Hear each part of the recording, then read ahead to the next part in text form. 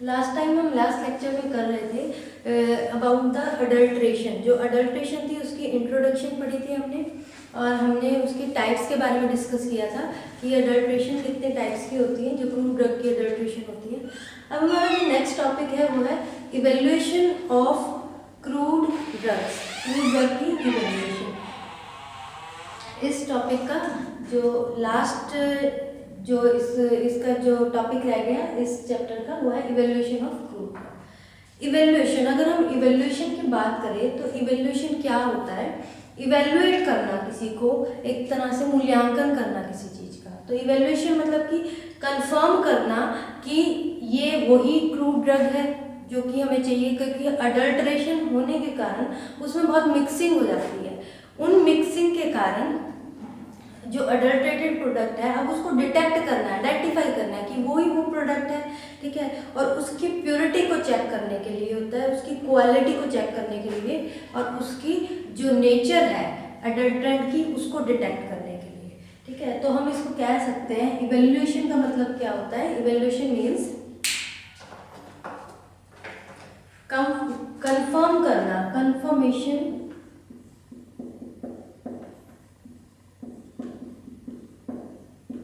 Of identity, उसकी identity देखना कि वो वही ड्रग है, डिटरमाइन करना, उसकी प्योरिटी को डिटर्मिनेशन करना,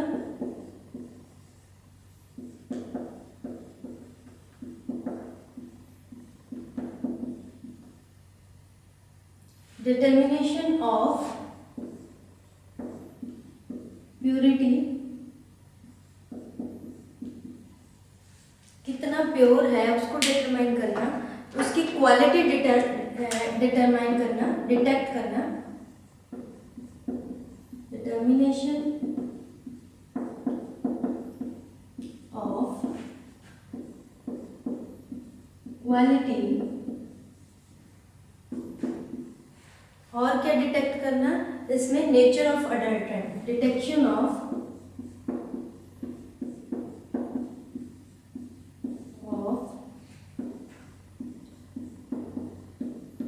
नेचर ऑफ अडल्ट्रेंट, ठीक है।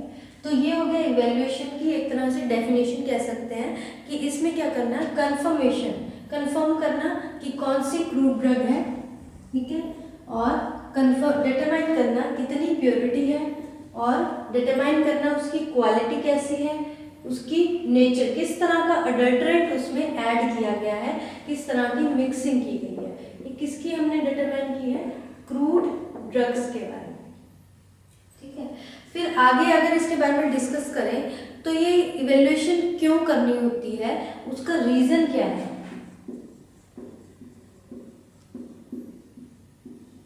रीजंस क्या है इसके? सबसे पहले कई बार क्या होती है, ड्यू टू इसकी क्या कर देते हैं, सब्स्टिट्यूशन, सब्स्टिट्यूट कर देते हैं, उसकी जगह चेंज कर देते हैं, उसको चेक करने के लिए, टू चेक द सब्स्टिट्यूशन,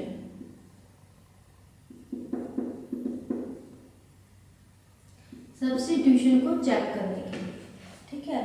और किसके लिए?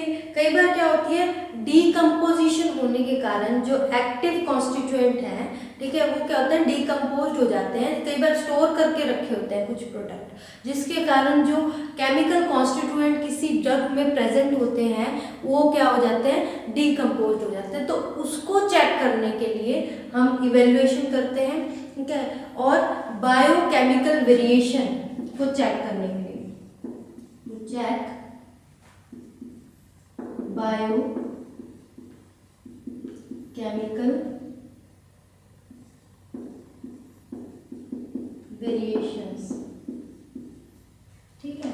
बायोकेमिकल वेरिएशंस होती हैं, उनको चेक कर। बायोकेमिकल मतलब कि कुछ केमिकल रिएक्शंस होती है, बायो मतलब कि लिविंग से रिलेटेड है। जो बायोकेमिकल वेरिएशंस, अलग अलग तरह की चेंजेस हो रही है केमिकल रिएक्शंस के अंदर, तो उसको डिटेक्ट करने के लिए, ठीक है। ये इसलिए इसकी क्या इवेल्युएशन की जाती है, क्रूड ड्रग्स की इवेल्युएशन, मतलब कि उसको चेक किया जाता है, ठीक है। अब इसमें इसके इवेल्युएशन के अलग अलग मेथड्स होते हैं कि इवैल्यूएशन कैसे की जाती है। इसके 5 मेथड हैं। Evaluation, methods of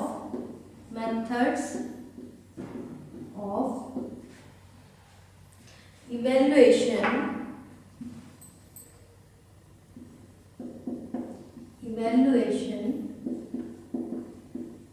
of crude drugs.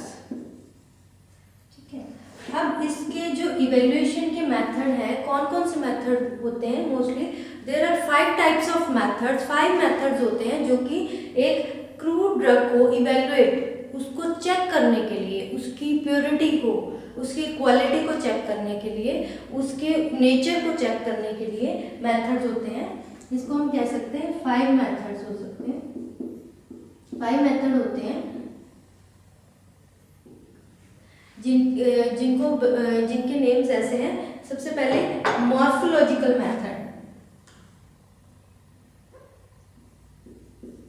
Morphological evaluation, हम मेथड भी कह सकते हैं या इवैल्यूएशन भी। मॉर्फोलॉजिकल और ऑर्गेनोलैप्टिक कैरेक्टर्स। ठीक है, नेक्स्ट है माइक्रोस्कोपिक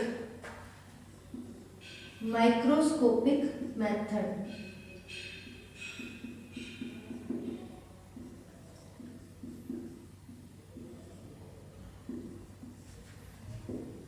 जो हमारा थर्ड मेथड है वो है physical method.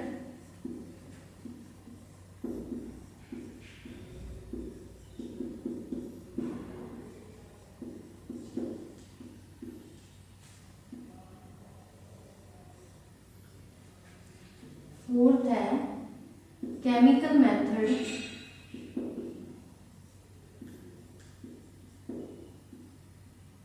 And fifth one is biological method.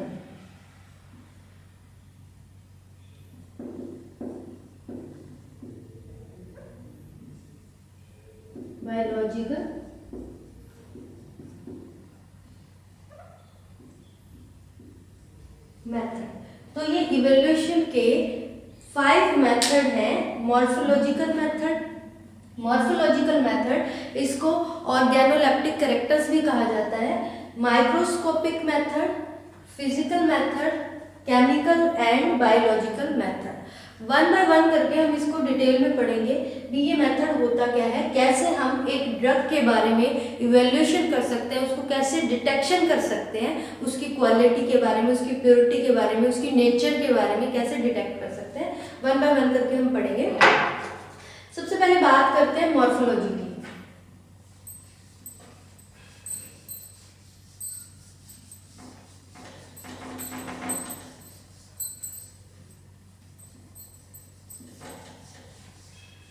अगर मॉर्फोलॉजिकल मेथड की बात करें,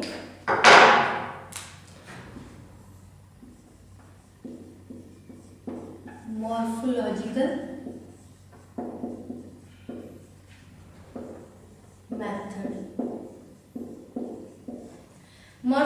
मेथड में क्या आ जाता है? मॉर्फोलॉजी। इसमें जो कोई भी क्रूड ड्रग है उसके एक्सटर्नल फीचर्स के बारे में, एक्सटर्नल कैरेक्टर्स के बारे में, इसको सबसे पहले हम ऑर्गेनोलेप्टिक कैरेक्टर्स भी कह सकते हैं। ऑर्गेनोलेप्टिक कैरेक्टर्स ऑफ किसके? Organoleptic crude drug.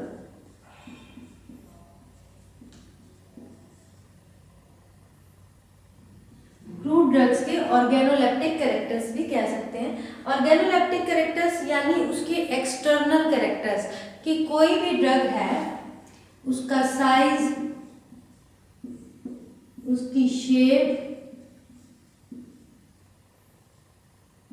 उसका कलर, उसकी ऑर्डर, टेस्ट, ये सब किस में आ जाते हैं? ऑर्गेनोलेप्टिक कैरेक्टर्स के अंदर। जैसे फॉर एग्जांपल ट्रैगाकैंथ होते हैं, ट्रैगाकैंथ है, उसकी शेप कैसी, रिबन लाइक शेप होती है, ठीक है। जिंजर की बात करें, जिंजर कैसी होती है, ट्राइकोम्स होते हैं जो, वो इर्रेगुलर शेप होती है, ठीक है। और उसका फ्रेग्रेंस कैसा होता है, कलर कैसा होता है, ब्राउनिश, डार्क ब्राउनिश सा कलर होता है, और उसकी जो टेस्ट होता है थोड़ा स्वीटिश और पंजेंट सा टेस्ट होता है, ठीक है, पंजेंट स्वीटिश टेस्ट और ऑर्डर। इस तरह से अलग अलग ड्रग्स होती हैं, जैसे जो फेनल होती है, एकोनाइट होती है, कॉनिकल लाइक शेप होती है। तो ये क्या है, इनकी ऑर्गेनोलेप्टिक कैरेक्टर्स, हर तरह की ड्रग है, जैसे क्लोव हो गया, ठीक है, जिंजर हो गया, फेनल हो गया, कोरिएंडर हो गया, कार्डेमम हो गया, इन सबको हम दिखने में कैसे, विजिबल कैसी होती है, दिख कैसी रही है, हमें माइक्रोस्कोप के बिना ही हम जिस कैरेक्टर को आइडेंटिफाई कर सकते हैं, हम उसको चेक कर सकते हैं without any help of any microscope, हम उसको नेक्ड आई से भी उसको विजिबल कर सकते हैं, जैसे उसका शेप, साइज, कलर, ऑर्डर और टेस्ट से हमें पता लग जाता है। वो होती हैं ऑर्गेनोलेप्टिक कैरेक्टर्स भी कह सकते हैं उसको, ठीक है, एक्सटर्नल फीचर्स भी कह सकते हैं क्रूड ड्रग का, और मॉर्फोलॉजिकल मेथड भी कह सकते हैं। मॉर्फोलॉजिकल मेथड में क्या होगा, जो जैसे जिसकी वो जो प्रॉपर्टी मेंशन होगी कि इसका इस तरह का कलर है, इस तरह की इसकी शेप है, इस तरह का उसका टेस्ट है, या इस तरह का उसका एक पर्टिकुलर टेस्ट है, particular order, particular colour, shape और साइज है, तो उसको चेक किया जाएगा कि वो जो ओरिजिनल ड्रग है, ओरिजिनल क्रूड ड्रग है, उसके सिमिलर है या नहीं, उससे रिजेंबल करती है या नहीं। तो ये मॉर्फोलॉजिकल मेथड के थ्रू हम पता लगा सकते हैं, इवेल्युएट कर सकते हैं ड्रग के बारे में, ठीक है। नेक्स्ट जो हमारा मेथड आ जाता है, ये तो हो गया हमारा मॉर्फोलॉजिकल मेथड, जिसको हमने ऑर्गेनोलेप्टिक कैरेक्टर्स या फिर एक्सटर्नल फीचर्स भी कह सकते हैं, कहते हैं। ये हो गया हमारा फर्स्ट मेथड। उसके बाद हमारा आ जाएगा सेकंड मेथड, जिसको कहते हैं माइक्रोस्कोपिक मेथड।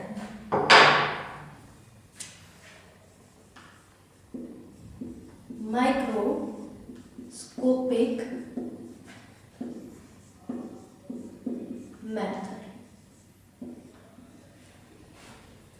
माइक्रोस्कोपिक मेथड की बात करें, माइक्रोस्कोप, इसमें माइक्रोस्कोपिक कैरेक्टर्स देखे जाते हैं, यानी इसमें उसकी हिस्टोलॉजिकल स्टडीज की जाती हैं, हिस्टोलॉजिकल स्टडीज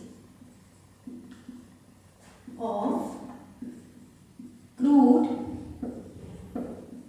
ड्रग्स, ठीक है।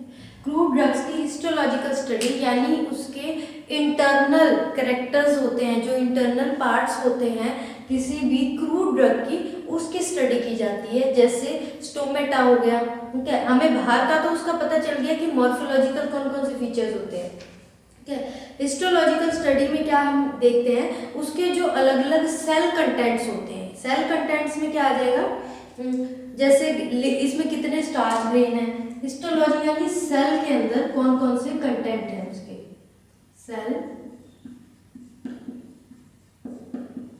कंटेंट्स, सेल कंटेंट्स के बारे में, जैसे इसमें कितना लिग्निन है,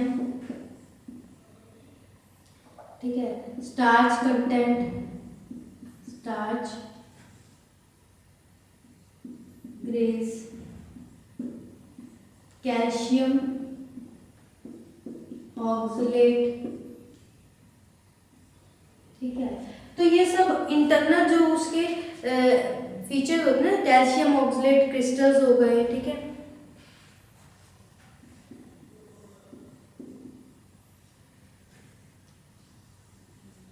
ठीक है, ये जो सेल के अंदर कंटेंट होते हैं, जो कि हमें विजिबल नहीं है, थ्रू नेक्ड आई से हम नहीं देख सकते, उसके लिए हम क्या करते हैं, माइक्रोस्कोप का यूज करते हैं। इसलिए इस मेथड को माइक्रोस्कोपिक मेथड कहा जाता है, क्योंकि इसमें हम क्या करते हैं, माइक्रोस्कोप को यूज करते हैं, ठीक है। अब माइक्रोस्कोप में क्या होता है, इसमें हम ये भी पता लगाते हैं ऑर्गेनाइज्ड ड्रग के बारे में। अगर इसमें स्टडी करनी है तो हम सिर्फ ऑर्गेनाइज्ड ड्रग के बारे में स्टडी करते हैं, अनऑर्गेनाइज्ड ड्रग को स्टडी नहीं करते। आपको लास्ट टू लास्ट लेक्चर में ऑर्गेनाइज्ड और अनऑर्गेनाइज्ड ड्रग के बारे में बताया था। जो ऑर्गेनाइज्ड ड्रग होती है वो क्या होती है, सेलुलर पार्ट होता है, ठीक है। अगर हम बात करें ऑर्गेनाइज्ड ड्रग की, ये सेलुलर पार्ट होता है, सेलुलर। जैसे फॉर एग्जाम्पल आपको बताया था, जैसे रूट है, लीव्स हैं, ठीक है, स्टेम है, फ्लावर है, फ्रूट है। ये सब क्या है जो कि विजिबल है कि किसी का लीव्स यूजफुल है, जैसे डिजिटैलिस है, उसके लीव्स यूजफुल होते हैं, ठीक है, किसी की स्टेम यूजफुल होती है, किसी के फ्लावर्स यूजफुल होते हैं, किसी के फ्रूट यूजफुल होते हैं। तो ये सब क्या है, ऑर्गेनाइज्ड ड्रग में आ जाता है। तो ऑर्गेनाइज्ड ड्रग का ही सेक्शन कटिंग करके उसको प्रॉपरली, इसका मेथड होता है, उसको सेक्शन कट करके उसको स्लाइड के ऊपर स्लाइड पे सेक्शन रखकर उस पर उसकी स्टेनिंग करके प्रॉपरली उसको फिक्सिंग करके कवर स्लिप के साथ, उसके बाद उसको माइक्रोस्कोप में ऑब्जर्व किया जाता है, ठीक है। ऑर्गेनाइज्ड पार्ट को ही किया जाता है, लेकिन जो अनऑर्गेनाइज्ड पार्ट होते हैं वो क्या होते हैं, अनऑर्गेनाइज्ड पार्ट कोई पार्ट नहीं होता प्लांट का, वो जो प्लांट के पार्ट होते हैं उससे एक्सुडेट्स मिलते हैं, यानी कोई कुछ भी एक्सट्रैक्ट किया जाता है, जैसे गम होते हैं, ठीक है, गम होती है, रेजिन होती है, उससे कोई प्रोडक्ट एक्सट्रैक्ट किया जाता है। जैसे हम रबर प्लांट होता है तो उसमें अगर हम एक इंसिजन लगाते हैं, उसको कट लगाते हैं, तो वहाँ से वाइट कलर का लिक्विड, ठीक है, या फिर सेमी सॉलिड या लिक्विड सब्सटेंस जो भी उसमें से निकलता है, उसको हम उस प्रोडक्ट को एज ए मेडिसिनल पर्पज के लिए जो यूज करते हैं उसको कहते हैं अनऑर्गेनाइज्ड ड्रग, ठीक है। ये हम ऑर्गेनाइज, तो ये माइक्रोस्कोपिक मेथड में जो अनऑर्गेनाइज्ड ड्रग है उसका कोई रोल नहीं है, उसकी कोई इवेल्युएशन नहीं कर सकते, हम उसको डिटेक्ट नहीं कर सकते। इसमें सिर्फ हम जो ऑर्गेनाइज्ड ड्रग है, यानी प्लांट का कोई पर्टिकुलर पार्ट है, उसकी सेक्शन कटिंग करके उसके जो इंटरनल फीचर्स हैं, जो सेल कंटेंट्स हैं, वे कितने स्टोमेटा हैं, कितने नंबर में है, कितनी लेंथ है, कितनी विड्थ है, इंटरनल जो उसके जो कैरेक्टर्स हैं इनसाइड द सेल, उसको स्टडी करने के लिए हम माइक्रोस्कोपिक मेथड यूज करते हैं ऑर्गेनाइज्ड ड्रग की। जैसे फॉर एग्जांपल अगर हमने स्टोमेटा देखना है कि स्टोमेटा की स्टडी करनी है, ट्राइकॉम से इसमें एग्जांपल है, जैसे स्टोमेटा, कितने नंबर ऑफ स्टोमेटा है और किस तरह पर्टिकुलर किस टाइप के स्टोमेटा है, ठीक है, ट्राइकोम्स के बारे में, ठीक है। ट्राइकोम्स क्या करते हैं, अगर हम स्टोमेटा की बात करें, स्टोमेटा क्या होते हैं, लीव्स की एपिडर्मिस पे होते हैं और ये सेंट्रल कोर में प्रेजेंट होते हैं, ठीक है। तो ये एक तरह का सेंट्रल कोर होता है, लीव्स की जो एपिडर्मिस होती है उसके अपर और लोअर पोर्शन में दोनों में स्टोमेटा होता है, ठीक है। तो जैसे हम लीव का डायग्राम बनाकर, ये लीव है, इसके अपर पोर्शन में भी होता है, ठीक है, और लोअर पोर्शन में भी होता है, but can't visible by naked eye, ये हम सिर्फ माइक्रोस्कोप से ही देख सकते हैं, ठीक है। अब इसका काम क्या होता है, जो स्टोमेटा होता है इसका काम होता है गैसियस एक्सचेंज का, गैसेस एक्सचेंज करने में हेल्पफुल होते हैं, ठीक है। ये ओपनिंग होती है और इसकी क्लोजिंग होती है, जिससे क्या होती है, जो गैसेस एक्सचेंज है प्लांट इसके थ्रू करता है, स्टोमेटा के थ्रू, ठीक है। अब जो स्टोमेटा है, अगर इसका स्ट्रक्चर देखें, इस तरह से होता है,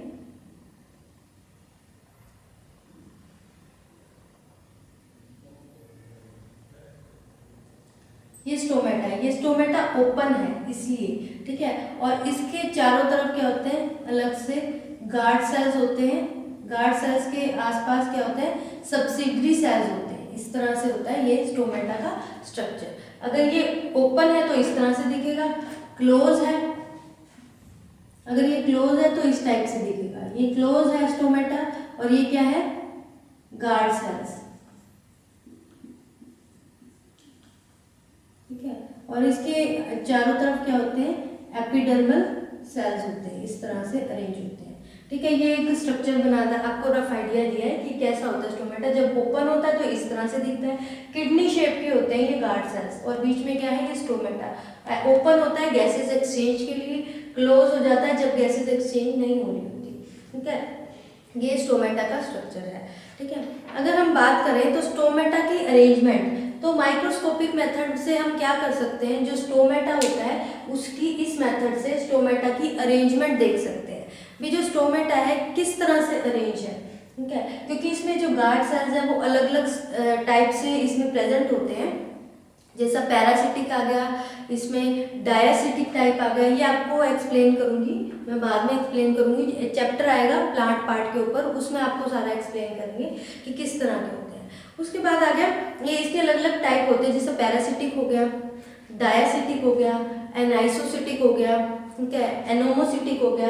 ये हम कैसे डिटेक्ट करेंगे कि वो पैरासिटिक है या डायसिटिक है या एनाइसोसिटिक है, किस तरह का है, तो ये डिटेक्ट करेंगे हम माइक्रोस्कोपिक स्टडी से या फिर माइक्रोस्कोपिक मेथड से।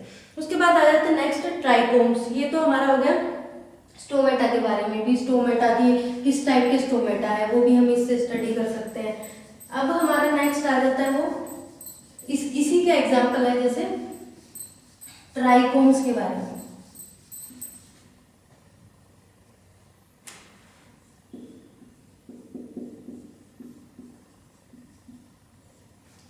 ठीक है, ट्राइकोम्स की बात की जाए तो इसको भी डायग्नोज किया जाता है, आइडेंटिफाई किया जाता है भी किस तरह के ट्राइकोम्स हैं ड्रग के ऊपर, ठीक है, कोई अडल्ट्रेशन तो नहीं है, ऐसा तो नहीं कोई अडल्ट्रेटेड प्रोडक्ट है। ट्राइकोम्स होते क्या है, ट्यूबुलर आउट ग्रोथ होती है किसकी, एपिडर्मल सेल की, इसको प्लांट हेयर्स भी कहते हैं। ट्राइकोम्स वैसे अगर देखा जाए तो एक तरह से रेशेदार जैसे हेयर लाइक प्रोजेक्शंस होती हैं उसको ट्राइकोम्स कहते हैं। ये कहाँ कहाँ प्रेजेंट होते हैं, ये कई एक तो रूट्स में जो रेशे से होते हैं ना, बालों के रेशे होते हैं उस तरह से वो ट्राइकोम्स होते हैं, ठीक है, और जो कई बार क्या होती है जो आउटर साइड में बॉडी साइड में भी प्रेजेंट होते हैं ट्राइकोम्स। जैसे फॉर एग्जांपल अलग अलग तरह के होते हैं, जैसे लीव्स में क्या होता है, डिजिटेलिस होता है, वहाँ पे ट्राइकोम्स प्रेजेंट होते हैं डिजिटेलिस के लीव्स में। सीड में नक्स वोमिका होती है, उस नक्स वोमिका के सीड में ट्राइकोम्स प्रेजेंट होते हैं, और जो फ्रूट होता है लेडी फिंगर फ्रूट है उसके फ्रूट में ट्राइकोम्स होते हैं। अगर हम बात करें ट्राइकोम्स का मेन फंक्शन क्या होता है, ये सिक्रीशन में और अब्जॉर्प्शन में हेल्पफुल होता है। तो ये एग्जांपल बताया कि माइक्रोस्कोपिक मेथड से हम ये सब इंटरनल सेल कंटेंट है उसके बारे में हम डिटेक्ट कर सकते हैं। जैसे स्टोमेटा के बारे में, किस तरह का स्टोमेटा है, स्टोमेटा का अरेंजमेंट किस तरह का है, ट्राइकोम्स हैं, ठीक है, ट्राइकोम्स का क्या ट्राइकोम्स किस तरह के ट्राइकोम्स प्रेजेंट है, ठीक है, उसको आइडेंटिफाई करना, उसको डायग्नोज करना कि ट्राइकोम्स कहीं ऐसा तो नहीं अडल्ट्रेंट है, ठीक है, डिटेक्शन करना कि अडल्ट्रेंट तो नहीं है, कहीं उसके जैसा दिखने वाला कोई ट्राइकोम उसमें ऐड कर दिया, क्योंकि ट्राइकोम्स क्या है, हेयर लाइक प्रोजेक्शंस होती है, उसके जैसा कोई भी धागे जैसा कुछ भी ऐड कर सकते हैं क्रूड ड्रग में, ठीक है, जो कि हमने अडल्ट्रेशन में स्टार्टिंग में किया था कवर। अब उसके बाद हम बात करते हैं, ये तो हो गया माइक्रोस्कोपिक मेथड में क्वालिटेटिव। अब इसमें क्वालिटेटिव के साथ साथ क्या आ जाता है, क्वांटिटेटिव मेथड भी होता है। ये जो हम डिटेक्ट कर रहे हैं ये क्वालिटेटिव मेथड था। अब आ जाता है क्वांटिटेटिव मेथड। क्वांटिटेटिव मेथड नाम से क्लियर है, क्वांटिटी के बारे में हम इसमें बात करते हैं। क्वांटिटी, अब किस चीज की क्वांटिटी को हम डिटेक्ट करते हैं, जैसे किसी भी फाइबर की लेंथ और विड्थ,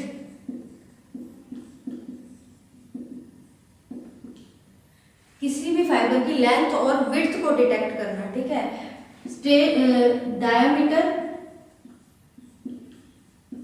ऑफ स्टार्च ग्रेन्स के डायमीटर हम क्वांटिटेटिव मेथड से चेक कर सकते हैं। स्टोमेटल नंबर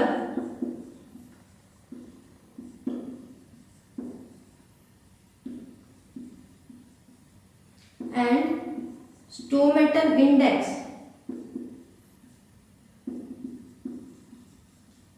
क्वांटिटी, किसी चीज की क्वांटिटी हमें लेंथ मेजर करनी है, विड्थ मेजर करनी है, डायमीटर हमें उसकी मेजर करनी है, या उसके नंबर कितने स्टोमेटा है उसमें ये काउंट करना है, उसका इंडेक्स काउंट करना है, ये सारी चीजें हम क्वांटिटेटिव जो मेथड है उससे हम डिटेक्ट करते हैं।